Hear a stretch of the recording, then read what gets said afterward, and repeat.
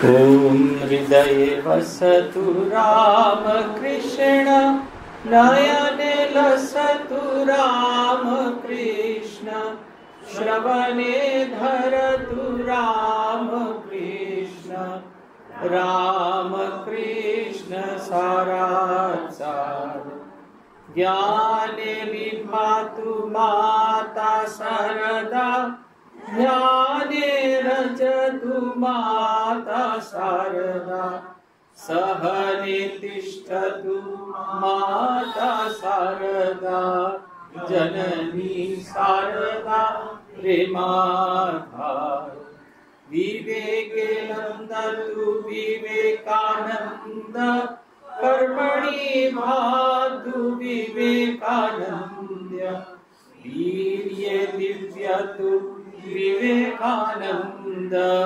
विवेकानन्द ज्ञानपराभर हृदये वसतु रामकृष्ण नयने लसतु रामकृष्ण श्रवणे धरतु रामकृष्ण रामकृष्ण सारासार। শ্রী ভগবানের অশেষ কৃপায় আবার আমরা সমবেত হয়েছি শ্রীমা সারদা দেবীর পুঁথি থেকে পাঠ এবং আলোচনার উদ্দেশ্য নিয়ে। আমরা খুব সৌভাগ্যবান যারা আজকে এখানে সমবেত হয়েছেন। প্রায় অন্তত 65 জন মতো মা হবেন, ছেলেরা সংখ্যালঘু এখানে। কিন্তু এই এতক্ষণ ধরে রাম নাম সংকীর্তন মাইক্রোফোনে বাজলো এবং তারা সবাই গাইলেন, নিজেদের মধ্যে গল্প টল্প না করে একটা অদ্ভুত পরিবেশ তৈরি হয়েছে।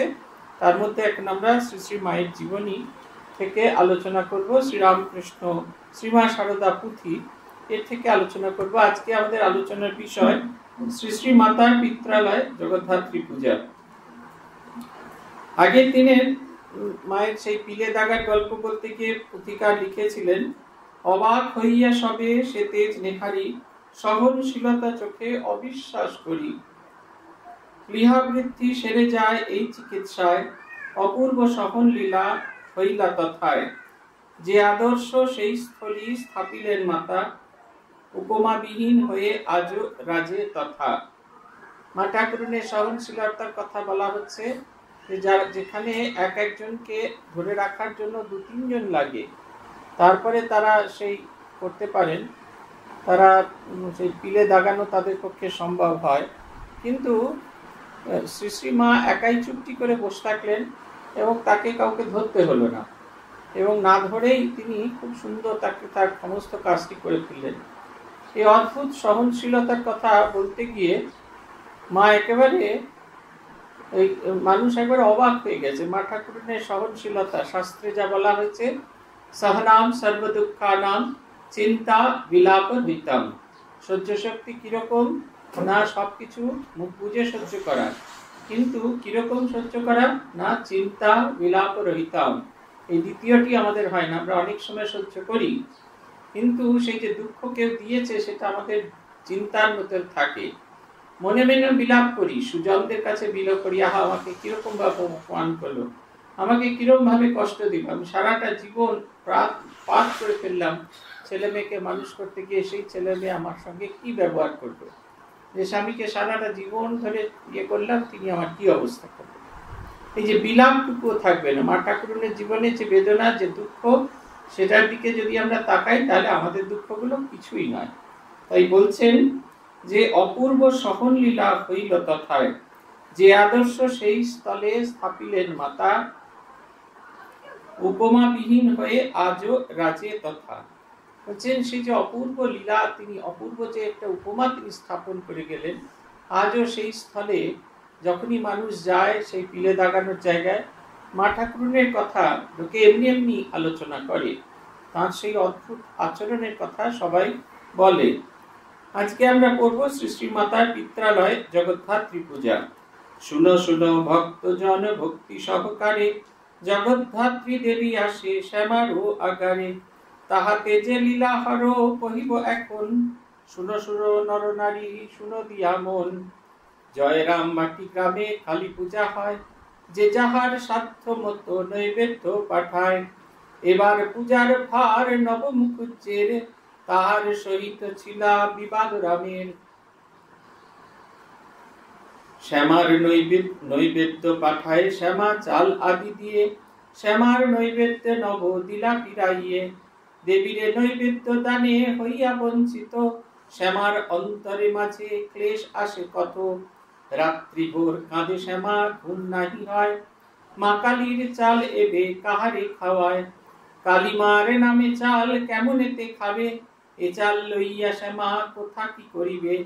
পররাত্রি হেরিলেন স্বপনের মাঝে, রক্তবর্ণা দেবী এক সম্মুখে বিরাজে। চাপড় খাইয়া তার ঘুম ভেঙে যায়, দুয়ারে দেবীর এক দেখিবারে পায়। পায়ের উপরে পা আছেন বসিয়া, সহাস্যে কহিলা দেবী তারে সম্ভাসিয়া। আর না কাঁদিও শ্যামা তুমি অনুক্ষণ, সানন্দে নৈবেদ্য চাল করিব গ্রহণ। শ্যামা তারে শুধাইল তার পরিচয়, কহে দেবী মোর নাম জগদ্ধাত্রী হয়। পরদিন শ্যামা দেবী জিজ্ঞাসে মা তারে, লাল রং পায়ে পায়ে চিনিস দেবীরে। কহিলা মা ওই দেবী জগদ্ধাত্রী হয়, শ্যামা বলে ও দেবীকে বুঝিব নিশ্চয়।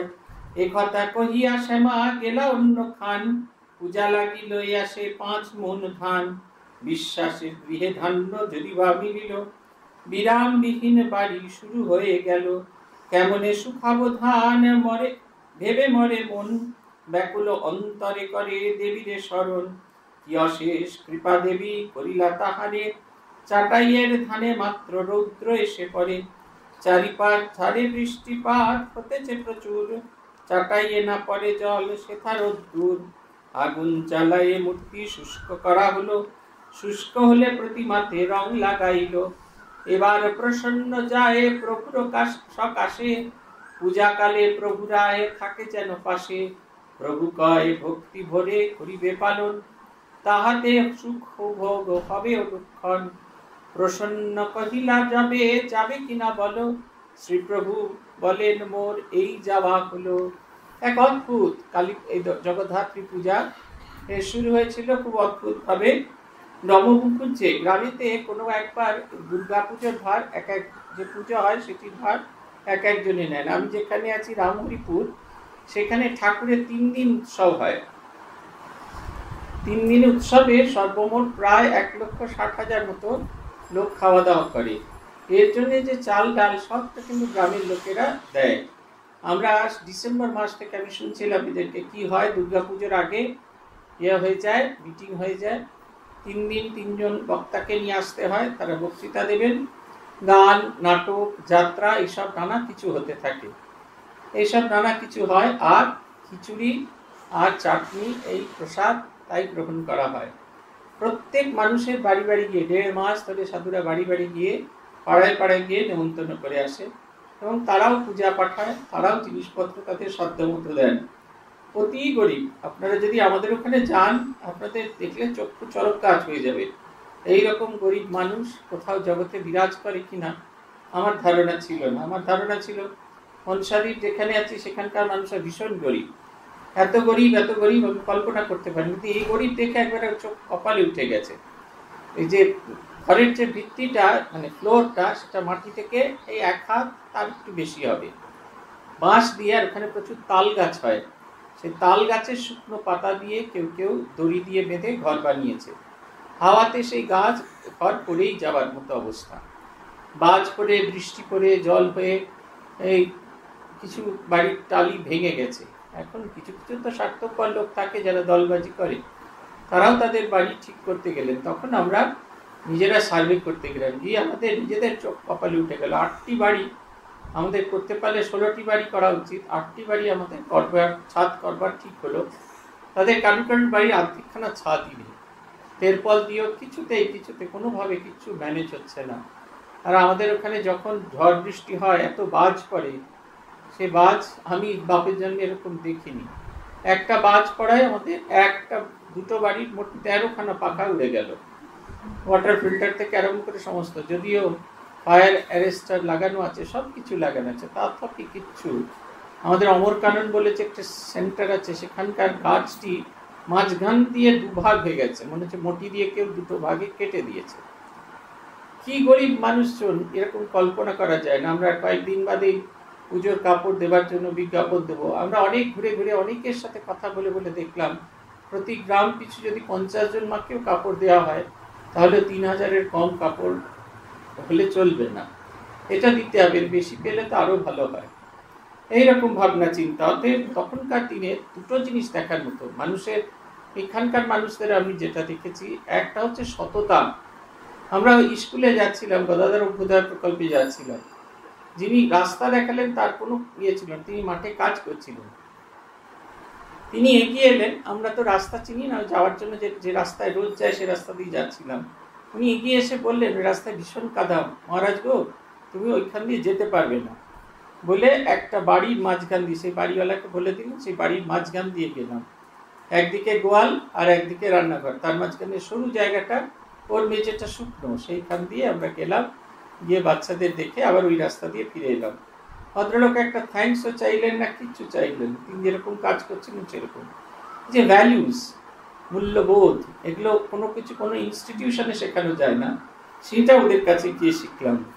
এই যে পুজোগুলো এরকম হয়, আমরা তো ওখানে যাই, ওখানে সারা বৈশাখ মাস জুড়ে নিত্যানন্দ মহাপ্রভু এবং চৈতন্য মহাপ্রভুর বিগ্রহ নিয়ে কীর্তন হয়। একটু গানের সুরটুর বদল হয়েছে, এখনকার ঝিকঝিক ঝিকঝিক খেলা হবে করছে হয়, কিন্তু সেই পুরোনো দিনে সেই হরি লুট করা, ছেলেরা ছুটে গিয়ে নেওয়া, 18 প্রহর 24 প্রহর যাত্রা হচ্ছে, ইয়ে হচ্ছে, নাম সংকীর্তন হচ্ছে, সারা গ্রামের মানুষজন এক জায়গায় এসে গেছে, রান্না হচ্ছে, নিত্যানন্দ মহাপ্রভুকে দিচ্ছেন, সাধুরা গেলে তাদের যত্ন করছেন, একবারে উৎসবের, বাইরের কোনো রকম চাকচিক্য নেই, কিচ্ছু নেই। এইরকম মায়েদের এরকম যে কালী পূজা হবে, পাড়ার যে কালী পুজো, সে বছর নবমুকুজ্জের হাতে ভার ছিল। নবমুকুজ্জের সঙ্গে রাম মুখোপাধ্যায়ের মায়ের বাবা রামচন্দ্র মুখোপাধ্যায়ের বিবাদ ছিল, সেই কারণে নবমুকুজ্জে তিনি কালীর জন্য যে পাঠানো যে নৈবেদ্য চাল, আগে নৈবেদ্য বলতে চালই পাঠানো হতো, চাল হয়তো খুব সামান্য, হয়তো ডাল, এসব পাঠানো হতো, সবার চাল ডাল মিলিয়ে খিচুড়ি রান্না করে সেটি জনগণকে দেওয়া হতো। আমাদের এই মনসা দ্বীপ বা সংলগ্ন দ্বীপগুলো যতদিন একটু সামান্য বড়লোক হয়নি, সেই সময় এইরকম ভাবেই হতো। ঠাকুরের জন্মতিথির পর পূজনীয় শ্রী দিদানন্দজি মহারাজ যেতেন পালতোলা নৌকায়, ওনার সঙ্গী হতেন নবনীহরণ মুখোপাধ্যায়। ওরা দুজন আর একটি ছেলে একটি কালো বাক্সে করে কিছু জিনিস নিয়ে যেতেন। সেইখানে গিয়ে গ্রামেতে গিয়ে কালো বাক্স খুলে তার ভেতর থেকে বই বার করে, আর একটা ছোট্ট ওই ভেতরে একটা ফোল্ডিং টেবিল ছিল, সেটা দিয়ে বুক স্টল হতো, কালো বাক্সের উপর ঠাকুরমা স্বামীজির ছবি বসিয়ে একটু পুজো করে, আর গ্রামের লোকেরা নিজেরা চাল ডাল জোগাড় করে, মানে সেটাকে ঢালার মতো পাত্র ছিল না, সেই কড়া সমেত এনে ঠাকুরের সামনে রাখা হতো, সেইটি নিবেদন করা হতো। মহারাজ সেখানে ভগবানের কথা বলতেন, সারাদিন উৎসব হতো, এক দ্বীপ থেকে আরেক দ্বীপ, আরেক দিক থেকে আরেক দিকে এরকম যেত, পরিবর্তিত উৎসব বলা হতো। মনসা দ্বীপে উৎসব হয়ে যাওয়ার পরে সব জায়গায় হতো। এখানেও ঠিক সেই রকম গ্রামের মানুষজন একত্রিত হয়ে সব খাবার দাবার সব কিছু জোটায়। মায়ের যখন এরকম শ্যামা মায়ের জন্য যে চাল সেটা তৈরি হয়েছে, দেবীর নিমিত্তে যে তৈরি করা চাল, সেটি তো অন্য কেউ খেতে পারেন না, তাই শ্যামা সুন্দরী দেবীর মনে খুব দুঃখ, তিনি খুব দুঃখ করছেন, তিনি খুব আকুল হয়েছেন। এমন সময় রাত্রিরে, ভগবানের মা না হলে এরকম হয়, চাপড় দিয়ে দিয়ে তাকে ডাকা হচ্ছে, কল্পনা করলেই কিরকম লাগছে। মা ঠাকুরুন দেখছেন যে মায়ের যে ঘরের চৌকাঠ, তার উপর পায়ের উপর পা দিয়ে একজন দেবী বসে আছেন, যাকে তিনি চেনেন না, জ্যোতির্ময় মূর্তি। দেখুন কি সুন্দর, সরল না হলে এই জিনিসগুলো, আমরা হলে কত কাণ্ড করতুম, একটু কিছু দর্শন হলেই আমরা কত কাণ্ড করতুম, তিনি কিন্তু এসব কিচ্ছু করছেন না, একবারে তার সঙ্গে সংলাপ করছেন। তিনি বলছেন, তুমি অত চিন্তা করছো কেন, কালীর জন্য নিবেদিত চাল আমি খাবো। আমি কে? আমি হলেন জগদ্ধাত্রী মূর্তি। এখানে একটু বলা আছে, এরা বলছেন যে তুমি কে, মা তাকে পরিচয় দিয়েছিলেন, করে দেবী মোর নাম জগদ্ধাত্রী, তা না, মা চিনতে পারেননি। পরের দিন তিনি শ্রীমা শারদার, পরের ঘটনাটা যেটা আছে সেটা সত্য, পরদিন শ্যামা দেবী জিজ্ঞাসে মাতারে, লাল রং পায়ে পা চিনিসে দেবী রে, কহিল মা এই দেবী জগদ্ধাত্রী হয়, শ্যামা বলে ও দেবীকে পুজিব নিশ্চয়, শ্যামা বলে ও দেবীকে পুজিব নিশ্চয়। একেবারে সব একবারে খুব সিম্পল। আপনারা পারলে যখন জয়রামবাটিতে যাবেন, এখন তো মায়ের ঘরে, পুরনো বাড়িতে মায়ের ঘরে বসতে দেয় না, শ্যামা সুন্দরী দেবীর ঘরের বারান্দায় বসতে দেয়। ওইখানে বসে একটু জপ করে আসবেন, দেখবেন কি শান্তি পাবেন। শ্যামাসুন্দরী জগন্মাতাকে গর্ভে ধারণ করেছিলেন, অতএব তিনি আর যাই হোক সামান্য মানুষ নয়। সেই যে তাঁর যে সেই আধ্যাত্মিক প্রতিফলন, সেটা সেই সমস্ত জায়গা জুড়ে আছে। আমরা গিয়েছিলাম, গিয়ে আমরা বসে জপ করেছিলাম, মন একবারে মুহূর্তে শান্ত হয়ে গেল। আগে যখন মায়ের বারান্দা খোলা থাকতো, আমরা সব ভলেন্টিয়ারে গিয়ে সেই বারান্দায় গিয়ে বসতাম। একজনের কাজ ছিল ওই বাড়িতে যা যা ঘটনা ঘটেছে সেই ঘটনাগুলোর পুনরাবৃত্তি করা, মায়ের কথা থেকে পড়া, আর আমরা সেইটা কল্পনা করে জপ করতাম। সেটার এখন তো উপায় নেই। আমরা ওই কারণে শ্যামাসুন্দরী দেবী সব জায়গায়, শ্যামাসুন্দরী দেবীর মন্দিরে গিয়ে জপ করেছিলাম, সিংহবাহিনীর মন্দিরে গিয়ে জপ করেছিলাম। ওই লীলাকে চিন্তা করে করে তখন এখানে ভাবলে ওরকম হয়। এই দেখুন এবারে চোখ খোলার মতো। মা বলছেন, আমার মা বলতে থাকলেন জগাইয়ের পূজা করবো, জগদ্ধাত্রী উচ্চারণ করতে পারছেন। জগাই যে দেবী অনেক দূরে জগদ্ধাত্রী, তাকে তিনি আপন করে নিয়েছেন, তার বাড়ির মেয়ে, জগাইয়ের পূজা করব। তাই তিনি ছোটাছুটি করছেন এবং পূজা করবেন বলে ঠিক করছেন। এদিকে বাড়িতে কখনো বিগ্রহ তৈরি হবে, এত বৃষ্টি হচ্ছে, কি করে হয়। আপনারা যারা কুমারটুলিতে গিয়েছেন দেখবেন, দেবতার সারা গায়ে ছোট ছোট করে এই পেরেকের মতো পোতা হয় এবং তাতে একটা করে টিকে, জালি টিকে লাগানো হয়। তারপর সেই টিকেগুলোতে আগুন লাগিয়ে দেয়। টিকের সেই যে গরমে এই মূর্তি শুকিয়ে যায়। এই 1 মেটে মূর্তি করার পরে, 1 মেটে না 2 মেটে মূর্তি করার পর ওটা করা হয়। তারপরে আবার করে ওই ইয়ে দিয়ে করে দিলে শুকনো হয়ে যায়, মূর্তিটা শুকিয়ে যায়। সেইভাবে জগন্মাতার মূর্তিকে করা হলো। কিন্তু অদ্ভুত, চাল কি করে হবে, যাতে রান্না হবে সেই চালটা কি করে শুকাবে। সেই চাল যে বাড়ির যেখানে শুকোতে দেওয়া ছিল, শুধু সেই জায়গাটায় রোদ্দুর খেলছে এবং সমস্ত জায়গা জুড়ে বৃষ্টি হচ্ছে। বাঁকুড়া একটা অদ্ভুত জায়গা, জগন্মাতার আশীর্বাদ আছে। তো আমি এখন বাঁকুড়ায় গিয়ে বেশ হাড়ে হাড়ে বুঝতে পারি সব কিছুতে জগন্মাতার খুব আশীর্বাদ আছেন। তিনি কৃপা করে এই জায়গাটির দিকে চোখ তুলে তাকিয়েছিলেন, তিনি জন্মগ্রহণ করেছিলেন এবং তার লীলা জড়িয়ে আছে। তাই সমস্ত জায়গাটা, আমাদের যে জায়গাটা, এখানেও মায়ের কৃপা আছে। মায়ের শিষ্য স্বামী মহেশ্বরানন্দজি ডাক্তার মহারাজ, তিনি ওই গ্রামে, আমাদের পাশের গ্রামে, ওই গ্রামটার নাম হচ্ছে বিড়রা, সেই গ্রামে এসেছিলেন রিলিফ করতে, খরার জন্য রিলিফ করতে এসেছিলেন। কোনো জায়গা তো জল নেই। সেখান থেকে তাদের সেই রিলিফ থেকে মানুষজন এত ভালোবেসেছিল, তারা এই জমিটি আমাদের দান করেছিল 1920 সালে। মায়ের অশেষ কৃপা নিয়ে সেই শুরু হয়েছিল আশ্রম, তার থেকে স্কুল, সমস্ত কিছু। মহেশ্বরজি সেই ঘরটিও আছে যেখানে তিনি প্রথম ছিলেন, সেটি এখন মন্দির, যে মন্দিরে তিনি ছিলেন। আর তারপরে এই রামহরিপুর এসে তিনি যে ঘরটায় থাকতেন, সেই ঘরটিও আছে, যত্ন করে রাখা আছে।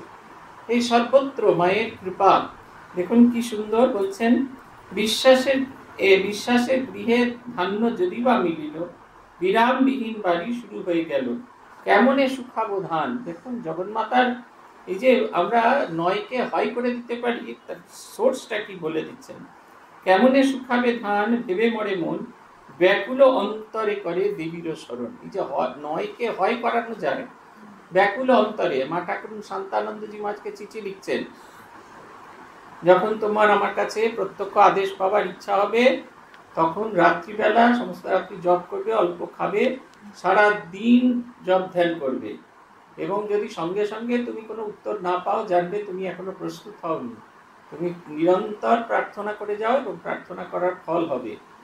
খুব দারিদ্র্যের অবস্থা, রাঁচি স্যানিটোরিয়াম, যেখানে বেদান্তানন্দজি আছেন, এবং শান্তানন্দজি সেখানে অসুস্থ অবস্থায়, টিবি অবস্থায় এসেছেন। একদিন বেদান্তানন্দজি শান্তানন্দজিকে বললেন, খুব আর্থিক কষ্ট, কি করে রোগীদের চিকিৎসা হবে। শান্তানন্দজি গম্ভীরভাবে শুনলেন। তারপর 3 দিন ধরে তার নিরন্তর প্রার্থনা হলো। বেদান্তানন্দজি রোজ যেতেন প্রণাম করতে। 4th দিন সকালে যখন তিনি প্রণাম করলেন, তখন তিনি বললেন, মা বলেছেন টাকা আসবে। তখনকার দিনে কোথায় এরকম ভাবে, এখনকার মতো তো এনআরআই অ্যাকাউন্ট ছিল না যে সঙ্গে সঙ্গে এসে যাবে, আর দিদিমণিরা সঙ্গে সঙ্গে আমাদের জানতে চাইবে টাকা এসেছে কিনা, এরকম ছিল না। কিন্তু 2-4 দিন বাদে বেলুর মঠ থেকে একটা কেবল এলো, তাতে বলা যে বিদেশ থেকে কিছু টাকা এসেছে। সেই চেকটা নিয়ে যাওয়ার কথা বলা হলো। যে সময় চেকটা এসেছে, আর শান্তানন্দজি যে সময় বললেন যে মা বলেছেন টাকা আসবে, দুটো সময় এক। এই ঘটনাগুলো আমাদের অদ্ভুত, অলৌকিক বলে মনে হয়, কিন্তু এই অলৌকিক ঘটনা তখনই ঘটে যখন আমরা অন্তর দিয়ে একবারে ব্যাকুল হয়ে ভগবানকে ডাকি। যেটা হবার সেটা হবে, কিন্তু আমাদের তরফ থেকে নিরন্তর প্রার্থনা করে যাওয়া দরকার। মূর্তি প্রতিমা শুকিয়ে যাওয়ার পর ঠাকুরের কাছে যাওয়া হলো। ঠাকুর খুব আনন্দ প্রকাশ করলেন, বললেন তোদের তো খুব অবস্থা খারাপ ছিল রে, জগন্মাতার পূজা হলে তোদের অবস্থা ভালো হবে, তোদের কল্যাণ হবে, অবস্থা ভালো হবে তোদের কল্যাণ হবে। ঠাকুরকে প্রসন্ন মামা জিজ্ঞেস করলেন আপনি যাবেন না? বলছেন এই আমার যাওয়া হলো। তিনি এইভাবেই আশীর্বাদ করেছিলেন। এই কথা সত্য, এই কথা আমি হাড়ে হাড়ে জানি, যে যদি খুব মন দিয়ে কোনো পুজো করা যায় সেই পুজোর খুব ফল হয়। ভগবানের কৃপা এলে তখন কি গৃহ কি আশ্রম সব জায়গায় শস্যে পূর্ণ হয়। হয়তো আর্থিক সমৃদ্ধি কতটা হয় সেটা পরের কথা, কিন্তু একটা অদ্ভুত সমৃদ্ধি আসে, এটা আমি জানি। তিনি বললেন শ্রীপ্রভু নিমন্ত্রিত চারি মন চাউলে সকলি ফুরায়, নিমন্ত্রিত ছিল যারা পেট ভরে খায়। নিরঞ্জন কালে শ্যামা কহে কানে কানে, বছর বছর এসো আমার এখানে। সমগ্র বৎসর ধরি লাগিয়া জোগাড়ে, করিব আগামী পূজা আরো ভালো করে। পরের বছর শ্যামা মাতারে সুথালো, জগাইয়ের পূজা ঠিকই হবে কিনা বল। তুমি কিছু দিবে মোরে এবারও পূজায়, অত লেখা না পারিব মা শুনিয়া কয়। কহিলেন মা শারদা লেখা কেন আর, নাহি আছে প্রয়োজন এবারও পূজায়।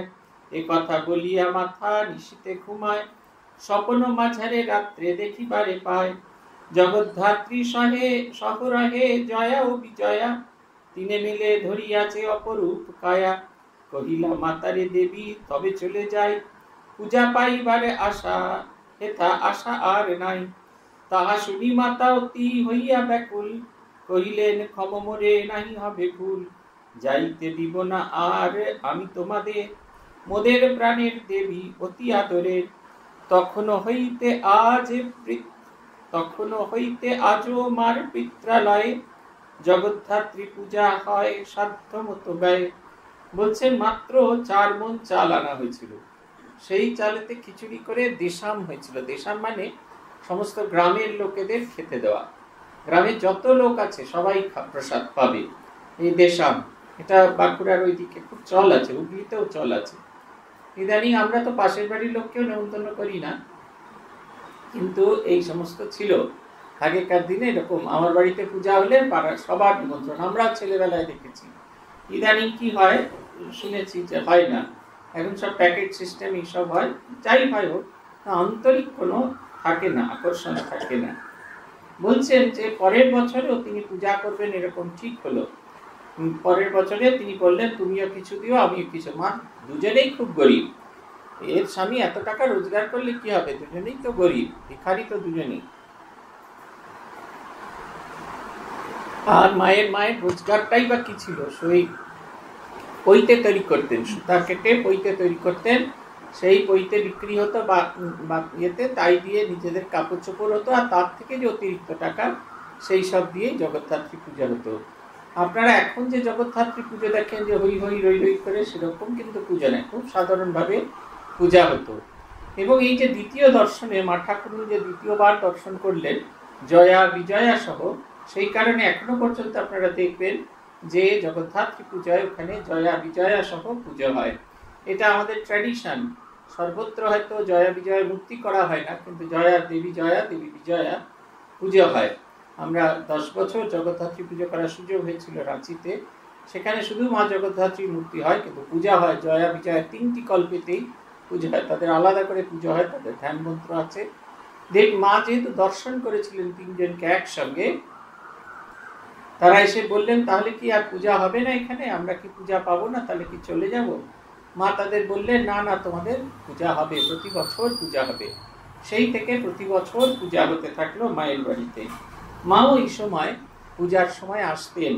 পুথিকার লিখছেন প্রতিবার এ সময় পিত্রালয় আসি, পূজার বাসন মাজা মাতা মাঝে রাশি রাশি। অর্থ বল লোক বল ছিল অতি কম, তাইতে শ্রী মায়ের হয় কেথায় আগমন।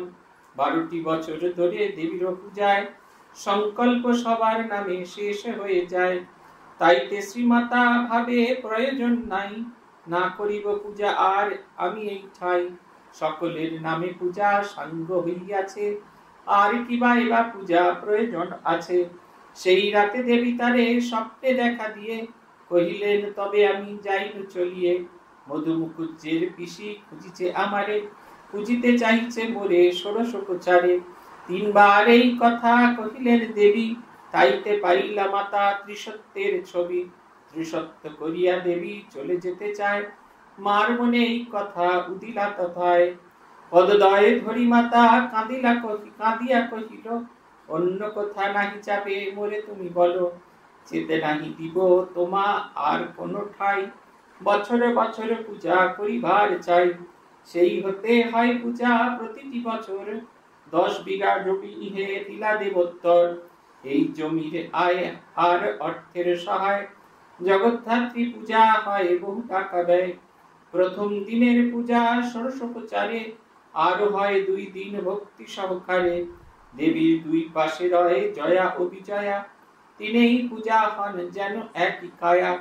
শ্রীমাতৃ মন্দিরে হয় পূজার আয়োজন, স্বদেশী বিদেশি ভক্ত আসে অগণন। ভক্ত জানে শ্রীমাতাই জগদ্ধাত্রী বেশে, গ্রহণ করেন পূজা অতীব সন্তোষে। মাতার চরিত কথা বিচিত্র অতীব, শুনে সব বন্দিয়া লীলা অভিনব। জ্ঞানহীন বুড়োমতি কিবা তত্ত্ব জানি, মম শিরে রাখো মাতা চরণ দুখানি। এসব ঘটনা আপনারা সবাই জানেন, তবু নতুন করে বলা, চোখের সামনে ঘটনাকে আবার করে দেখার জন্য।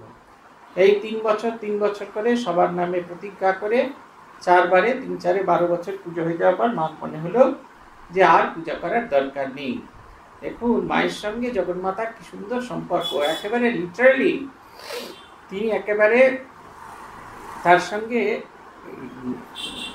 একবারে দেওয়ানেওয়ার মতো করছে, বলছে তুমি না করতে পারলে আমার দাম আছে। ওইখানে মধুমুকুজ্জের এই যে কি বেশ বলেন, হ্যাঁ মধুমুকুজ্জের পিসি, তিনি পুজো করতে চাইছেন। তুমি যদি আমাকে না পুজো করো তাহলে ওখানে পুজো। তুমি এর ভেবো না যে আমার ডিমান্ড নেই। এই যে ডিমান্ড এন্ড সাপ্লাই, এই ব্যাপারটা এখনো ছিল না, তখনও ছিল। ভগবান তার সেই ইয়ে দিচ্ছেন, তুমি যদি আমাকে না করো আমাকে পুজবার লোক আছে। মা ঠাকুরুন পা দুটি জড়িয়ে ধরে বললেন, না তোমাদেরই পূজা হবে। প্রথম দিন ষোড়শোপচারে, তারপরে 2 দিন দশোপচার। আসলে প্রথম দিন যেদিন জগদ্ধাত্রী পূজায় 3 কল্পের পুজো। সকালে সবাই বলে সপ্তমী অষ্টমী নবমী, সপ্তমী অষ্টমী নবমী, প্রথম কল্প, দ্বিতীয় কল্প, তৃতীয় কল্প, 3টি কল্পে একদিনে পুজো হয়। কোথাও কোথাও ওই জগদ্ধাত্রী পুজোর ওই সপ্তমী অষ্টমী নবমীকে ধরেই 3 দিন আলাদা করে পুজো হয়। কিন্তু বিধি অনুযায়ী নবমী তিথিতে 3 বার পুজো করার কথা, দশমীতে বিসর্জন হয়ে যাওয়ার কথা। মা যে বছর পুজো করলেন প্রথম বছর দশমী বৃহস্পতিবার করেছিল। বৃহস্পতিবার তিনি বিসর্জন দেবেন না বলে বিসর্জন হয় একাদশীতে। সেই থেকে সেটা ট্র্যাডিশন চলে গেল। প্রথম দিন ষোড়শোপচারে 3 কল্পের পূজা হয়, আর বাকি 2 দিন দশোপচারে পূজা হয়। মার আর্থিক অবস্থা এত খারাপ ছিল, দেবীকে একটা বেনারসি দিতে হয় ষোড়শোপচারে। বেলুড় মঠে অষ্টমী তিথির সন্ধি পূজায় যে বেনারসিটা নিবেদন করা হতো, সেই বেনারসিটা জল দিয়ে শোধন করে মার কাছে পাঠানো হতো। সেই বেনারসি প্রথম কল্প, দ্বিতীয় কল্প, তৃতীয় কল্প, প্রত্যেক কল্পে নিবেদন করা হতো। এখন আপনারা যারা মাকে 10 ভরি সোনার হার করে বেনারসি করে বসে আছে দেখতে অভ্যস্ত, তারা এই দিনগুলোর কথা কল্পনাও করতে পারবেন না। কত সামান্যভাবে, কত সাধারণভাবে এই সমস্ত পূজার আয়োজন করা হতো। কিন্তু এর পেছনে যেটা ছিল সেটা হচ্ছে আন্তরিকতা, কি ভালোবাসা দিতে হবে, মাকে পড়লে এরকম দেখাবে।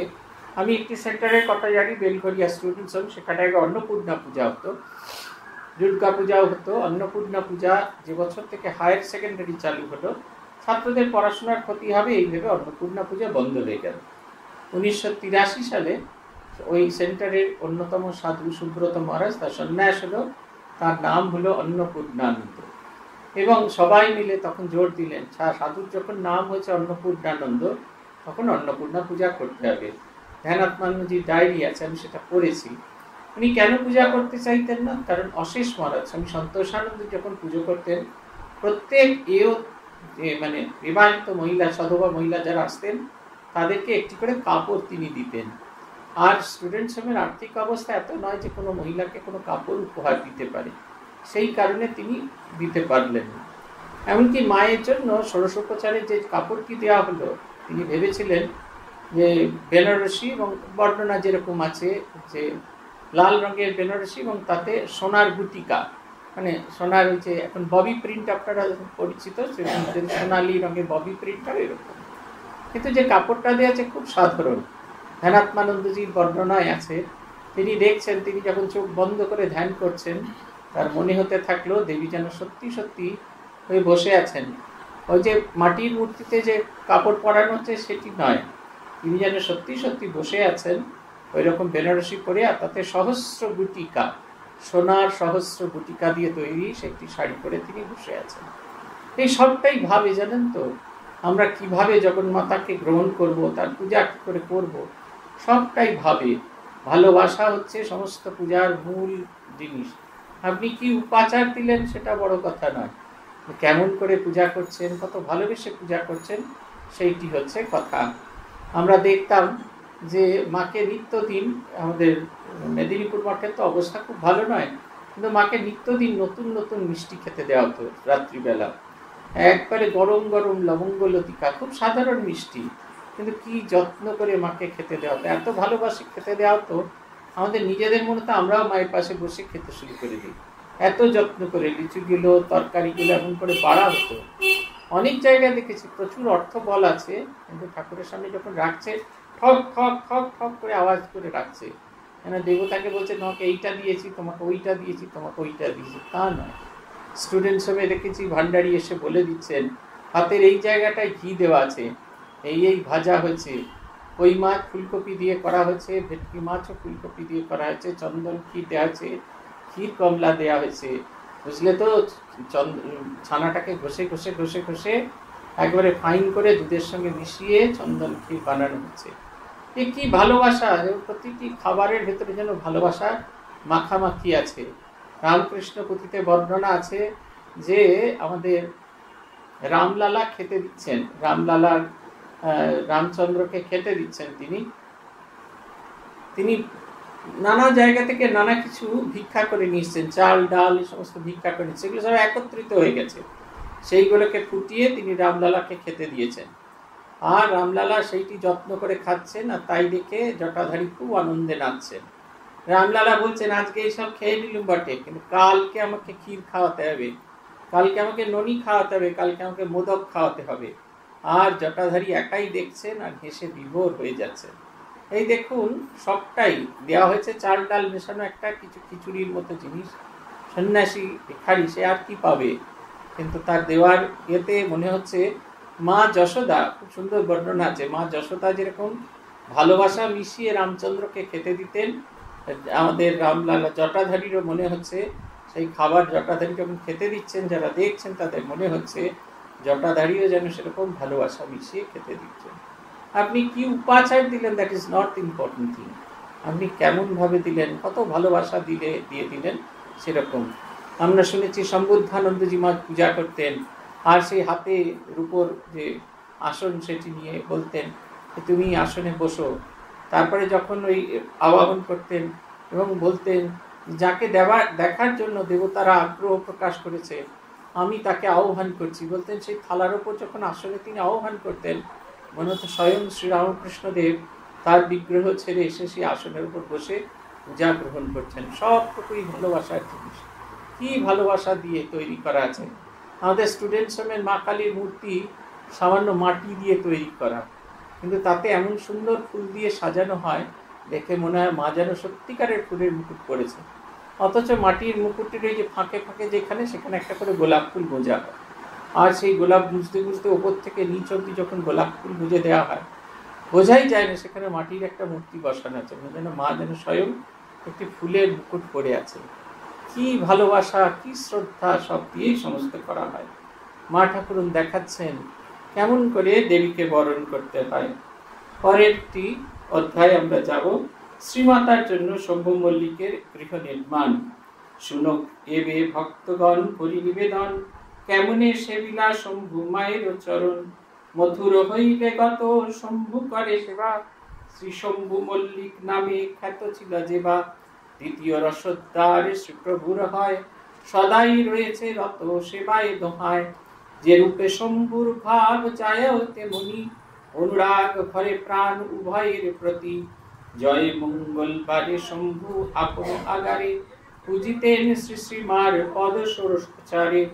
নবগত ঘরে হয় পিঞ্জরের প্রায়, তথাবাসে মার ক্লেশ হয় অতিশয়।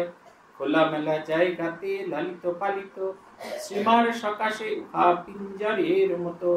তথাপি মাতার মনে খেদ নাই তাই, ভক্ত শম্ভু হেরি ঘর মনে কষ্ট পায়। মন্দিরের সন্নিকটে খণ্ড এক জমি, ক্রয় ক্রয় দিলা তাহা মাতা মাতৃপদে নমি।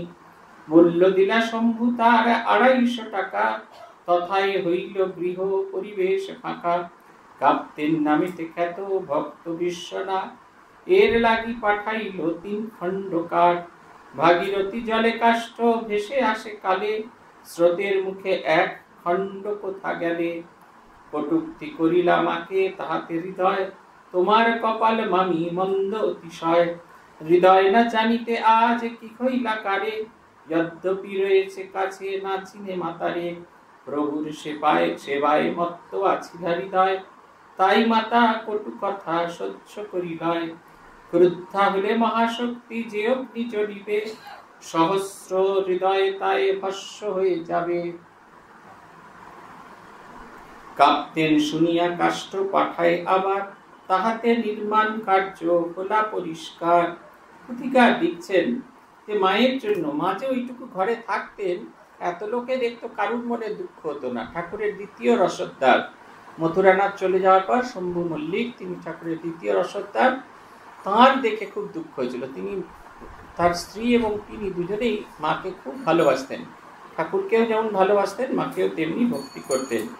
জয় মঙ্গলবার, এই মঙ্গলবার যে মঙ্গলচণ্ডী পূজা হয়, তারা শ্রী শ্রী মাকে নিয়ে গিয়ে তারা দেবীর জ্ঞানে পূজা করতেন। এই দেবীর জ্ঞানে যে আমরা পূজা করছি মাকে, এর নতুন নয়। স্বয়ং শ্রীরামকৃষ্ণ দিয়ে শুরু হয়েছিল এবং পরবর্তীকালে বহু মানুষ মাকে দেবীর জ্ঞানে পূজা করেছেন। মার ওই যে ভুগছি ঘরেতে থাকতে ভীষণ কষ্ট হতো। জয়রামবাটির মতো খোলামেলা জায়গায়, জয়রামবাটি কামারপুকুরের মতো খোলামেলা জায়গায় থেকে তাকে ওই ভুগছি ঘরের মতো থাকতে ভীষণ কষ্ট হতো। কালকে দেখছিলাম একজন একটা ছবি পোস্ট করেছে, খুব সম্ভবত ফেসবুকে দেখলাম। সেইখানে সেই সময়ে কেমন ছিল তার একটা ছবি। মায়ের ঘরটি কীরকম ছিল, সামনের দিকে প্রথম যেটা দোতলায় উঠে যাওয়ার যে সিঁড়ি, সেইখানটা ফাঁকা ছিল। তার পাশে মায়ের ঘর, যেখানটা মায়ের মূর্তি আছে এবং তার পাশে যেটা মায়ের রান্নাঘর, সেইটা সম্পূর্ণ একেবারে বেতের দরমার বেড়া দিয়ে ঘেরা। ওই জায়গাটা দরমার বেড়া দিয়ে ঘেরা, কেউ দেখতে পেত না। মা ওইটুকু জায়গার মধ্যে তার সংসার পেতে রেখেছিলেন এবং সারাদিন ওই কুপি জেলে রাখতেন, কেরোসিনের কুপি জেলে রাখতেন এবং তাই দিয়ে প্রদীপ জ্বালা থাকতো, তাই দিয়ে মা রান্না বান্না সমস্ত কিছু কাজকর্ম করতেন। শম্ভুর খুব কষ্ট হয়েছিল, তাই সে মায়ের জন্য একটি জমি কিনেছিল। তখনকার দিনে 250 টাকায় জমি কেনা। আমি দেখছিলাম আমাদের 1920 সালে যে জমি দান করা হয়েছিল, তার মধ্যে একটা জমি বিক্রি হয়েছে। সেই জমিটির দাম তখনকার দিনে 1 টাকা ছিল। আমি দেখে খুব হাসছিলাম। 1 টাকা জমির দাম। 1920 সালে একটি জমি, একটা অংশ কেনা হয়েছিল, সেই অংশটার নাম দান করেছিলেন একজন, সেই জমিটি বিক্রি হলো, সেটি দাম ছিল 1 টাকা। তখনকার দিনে ভ্যালুয়েশন ছিল 1 টাকা। তো সেই এই 250 টাকা দিয়ে জমি কেনা শুরু হয়েছে। দক্ষিণেশ্বর আস্তে আস্তে তখন তার মানে ধনী হতে আরম্ভ করেছে। দক্ষিণেশ্বরে মানুষজন আসা যাওয়া শুরু করেছেন। যে জমির কোনোই দাম ছিল না, সেই জমির 250 টাকা এই কাঠা জমি হলো, মার নামে কিনে দেওয়া হলো। সেইখানে কাপ্তেন উপাধ্যায়, তার নেপালের যে রাজা, তার তিনি ওই কাজ করতেন কাঠগোলা। এই বেলুড় মঠের যে ঘাটটা, এইটা যে কাঠগোলার ঘাট বলা হয়, এইখানেই কাপ্তেন উপাধ্যায়ের কাঠগোলা ছিল এবং ঠাকুর ওখানে এসেছিলেন। বেলুড় মঠের জমিতে ঠাকুর নেমেছিলেন, তার প্রমাণও আছে। 2টি গাছ আছে মায়ের মন্দিরের ঠিক পেছন দিকে। এই 2টো গাছের মধ্যে কোনো একটা গাছে ঠাকুরের নৌকা বাঁধা হয়েছিল এবং ঠাকুর নেমে এই যে পুরনো যে পল্লীমঙ্গলের দিকে যে গেট আছে, ওই রাস্তা দিয়ে হেঁটে হেঁটে ওই কাঠগোলার ঘাটে গিয়েছিলেন। তাকে দেখাতে নিয়ে গেছিলেন কাঠগোলার ঘাট। বেলুড় মঠ যে শুধুমাত্র মা এবং স্বামীজির বা তার পার্শ্বদের স্মৃতিতেই পুত নয়, তা কিন্তু নয়। স্বয়ং শ্রীরাম, মা দেখেছিলেন, দর্শন করেছিলেন কলা বাগানের মধ্যে ঠাকুর আছে, স্বয়ং শ্রীরামকৃষ্ণের পায়ের ধুলো মিশে আছে আমাদের বেলুড় মঠের জমিতে। সেইখান থেকে তখন জলে জোয়ারে পাঠিয়ে দেওয়া হয়েছিল 3টে বড় বড় গাছের গুঁড়ি, তার মধ্যে 2টো পৌঁছালো, একটা ভেসে গেছিল। হৃদয়রাম তাকে খুব যাচ্ছে তাই করে বলেছিলেন যে তোমার কপাল খারাপ মামি, সেই কারণে আজকে এরকম কাণ্ড হলো। বলছেন প্রভুর সেবায় মত্ত আছিলা হৃদয়, তাই মাতা কটু কথা সহ্য করিলয়। মায়ের কি সহ্য শক্তি বুঝে দেখুন, যেহেতু ঠাকুরের সেবা করেন, পরবর্তীকালেও যখন হৃদয়রামের সেবা, হৃদয়রামের অত্যাচার নিয়ে কথা উঠতো, তখন মা বলতেন অত যে সেবা করছে সে একটু ওরকম একটু আধটু করতে পারে। যে ঠাকুরকে এত অত্যাচার করতো যে ঠাকুর শেষকালে আত্মহত্যা করতে চেয়েছিলেন, সেটা একটু আধটু, মানে অত্যাচারটা একটু আধটু, অনেক সেবা করেছিলেন। হৃদয়রাম লিটারালি হৃদয়রাম ছিলেন বলে আজকে আমরা শ্রীরামকৃষ্ণকে নিয়ে লীলা বিলাস করতে পারছি। আবার শুনে আবার আরেকটি কাঠ পাঠিয়ে দেওয়া হলো, তাই দিয়ে ঘর তৈরি হলো। এথা হইল গৃহে মা গেলা তথায়, শীঘ্র মাঝে হৃদয়ের যায়া এসে যায়। রইলেন তথা হয়ে মাতার সঙ্গিনী, মাতা ও হৃদয়ে যায়া এই দুটি প্রাণী। নানা রূপ রুচিকর ব্যঞ্জনরা দিয়ে প্রভুকে খাওয়ায় মাতা মন্দিরেতে গিয়ে। প্রতিদিন করে প্রভু গমনাগমন, একদিন বৃষ্টি ঝড় হইল বন্ধন। আহারান্তে শুয়ে তথা কহিলা শ্রী প্রভু, কালীর বামুন সমে না যাইব প্রভু। সদালাপে কাটে কথা তথা বেশ কিছু কাল, আনন্দ সায়রে ভাসে তুলে দিয়ে পাল। নয়ন আনন্দ অশ্রু ঝুলে অনির্বাক, উভয়ে মনেতে হয় পুলক সঞ্চার। পরম আনন্দে দুই চিত্ত করি লাভ, নাহি রহে রীতি মাঝে কিছুরই অভাব। দেহাদি উপাধি শূন্য হইয়া তখন, অখণ্ড আত্মারে তথা হেরে দুইজন। ওই উভয়ের মন সুখ দুঃখাতীত, ব্রহ্মরূপ মহিমায় হইল নিমজ্জিত। নশ্বর দেহের বোধ তথা নাহি রাজে, মাতা ও প্রভুরে দুয়ে মিলনের মাঝে। শ্রীপ্রভু শ্রীমাতা হয়ে ভিন্ন নাহি হয়, অংশজাতা অংশী হতে পৃথক নারয়। মাতার সকাশে সবই হয় যে উজ্জ্বল, করসার শ্রীমাতার চরণ কমল। বলছেন যেই বাড়ি তৈরি হয়ে গেল, সঙ্গে সঙ্গে হৃদয়রাম তার বউকে এনে রাখলো। এতে দক্ষিণেশ্বরে তিনি এসে থাকলেন। তিনি এবং মা দুজনে মিলে ভালো ভালো রান্না করে, ইয়ার ভালো ভালো রান্না তখনকার দিনে ছিল, সেই ভালো ভালো মনোপুত রান্না করে ঠাকুরকে পাঠাতেন। ঠাকুরও যাওয়া আসা করতেন, ঘর থেকে তার এখানে যাওয়া আসা করতেন। একদিন ঝড় বৃষ্টিতে কি হলো, তিনি আর যেতে পারছেন না। তিনি বললেন এবার লোকে সবাই বলবে কালীর বামুনরা যেরকম বাড়িতে বাড়ি ফেরে, রাত্রে বাড়ি ফেরে না, আমারও সেই রকম। ঠাকুর কথা বলতে শুরু করেছেন। এই দেখুন যে স্বামী স্ত্রীর সম্পর্ক কিরকম অন্য সঙ্গ রহিত হতে পারে, তার একটা ছোট্ট ছবি এখানে দিয়েছেন। বলছেন নয়নে আনন্দ অশ্রু ঝুলে অনিবার, ঝুড়ে অনিবার, উভয়ের মনেতে হয় পুলক সঞ্চার। পরম আনন্দ দুই চিত্ত করি লাভ, নাহি রহে হৃদয় মাঝে কিছুই অভাব। দুজনে ভগবানের কথা বলছেন এবং ভগবানের কথা একজন বলছেন একজন শুনছেন। দুজনের চোখ দিয়ে টপ টপ করে আনন্দাশ্রু ঝরছে, আর দুজনের ভেতরে ঈশ্বরীয় ভাবেতে পুলক সঞ্চার হচ্ছে। দুজনে পরম পরম শব্দের কথা বলছেন, আনন্দের যা সুপ্রিম ভাব, সুপ্রিম প্লিস, তারা অন্তরে চিত্ত করিলা, নাহি রাখে রাখে হৃদি মাঝে কিছুই অভাব। অভাব কেন হয়? যখন আমরা যেটা পাই সেটা নিয়ে যখন সন্তুষ্ট থাকি না, তখনই অভাব অনুভূত হয়। কিন্তু এখানে কোনো অভাব অনুভূত হচ্ছে না, শুধু কথা, দুজনে একে অপরের সঙ্গে কথা বলছেন, তাতেই আনন্দে ভরে যাচ্ছে। দেহাদি উপাধি শূন্য হইয়া তখন, দেহাদি হইয়া শূন্য হইয়া তখন, অখণ্ড আত্মারে তথা হেরে দুইজন। হয়ে উভয়ের মন সুখ দুঃখাতীত, ব্রহ্মরূপ মহিমায় হোলা বিমোচিত। বলছেন দুজনের মন তখন ব্রহ্মভাবে ভাবিত হয়ে গেছেন। দেহের যে সুখ, দেহের যে আনন্দ এসব আছে, এসব কিচ্ছু তাদের মনে পড়ছে না, তারা এক অন্য জগতের মধ্যে এসেছেন। বলছেন হয়ে উভয়ের মন সুখ দুঃখাতীত, ব্রহ্মরূপ মহিমায় হইলা নিমজ্জিত। তখনই ব্রহ্মভাব, ব্রহ্ম চিন্তা, ব্রহ্ম আমাদের ভাব আসবে যখন আমরা দেহের সুখ দুঃখে অতীত হতে পারবো, তখনই আমাদের এটি হবে। নশ্বর দেহের বোধে তাহে নাহি রাজে, মাতা প্রভুরে দুয়ে মিলনের মাঝে। বলছি আমরা বলছি বটে ঠিক, কিন্তু আমরা যেন নশ্বর দেহধারী এটা কল্পনা করতে পারি না, আমাদের কাছে খানিকটা অকল্পনীয় জিনিস। মাতা ও প্রভুরে দুয়ে মিলনের মাঝে শ্রীপ্রভু শ্রীমাতা হতে ভিন্ন নাহি হয়, অংশজাতা অংশী হতে পৃথক না হয়। মাতার সকাশে সবই হয় উজ্জ্বল, হয় যে উজ্জ্বল করসার শ্রীমাতার চরণ কমল। বলছেন ভগবানের কৃপায় জগন্মাতা যেখানে স্বয়ং উপস্থিত, যিনি আমাদের মুক্তি বিধান করবেন, যিনি আমাদের বন্ধন মুক্ত করবেন, তিনি যেখানে লীলার অন্যতম পার্টনার, সেখানে তো কোনো বন্ধন আমাদের আসতে পারে না।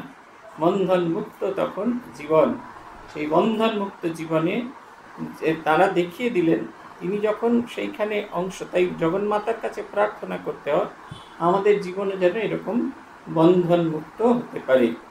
আজ এই পর্যন্ত। প্রণতানাম প্রসীদত্বম দেবী বিশ্বার্তিহারিণী ত্রৈলোক্যবাসিনামিত্যে লোকানাম বরদা ভব। ওম শান্তি, ওম শান্তি, ওম শান্তি। হরি ওম তৎসৎ। শ্রী রামকৃষ্ণার্পণমস্তু। শ্রী ভগবানের কৃপা হলে আবার আগামী মাসের 5ই জুলাই আপনাদের সঙ্গে দেখা হবে।